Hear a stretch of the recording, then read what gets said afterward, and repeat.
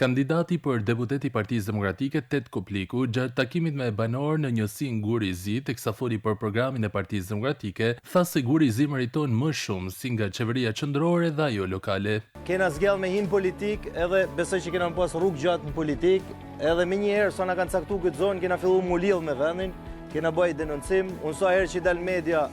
flas për Gurin e Zi, për hallet e Gurit Zi, sa herë që na jepet mundësia, këto 4 vite që kena me mendim zotit, kena me kanë në parlament, kena me fol për problemet e Gurit Zi, prioritare, sepse jena të lidhun me zonën. Një kohë që njerëzit kanë frikë me u përballu, me dal përball, ne kena zgjallë një lejt në rresht parë kësaj situate bashkë me tan ju. Banorët e njësisë Guri i Zi u shprehën se qeveria aktuale ka lënë në harres zonën duke mos u mbjellë investime as në bujqësi, as në infrastrukturë. Partia Demokratike synon që përmes programit të saj të subvencionojë dhe inkurajojë fermerët për mbjedhjen dhe kultivimin e tokave.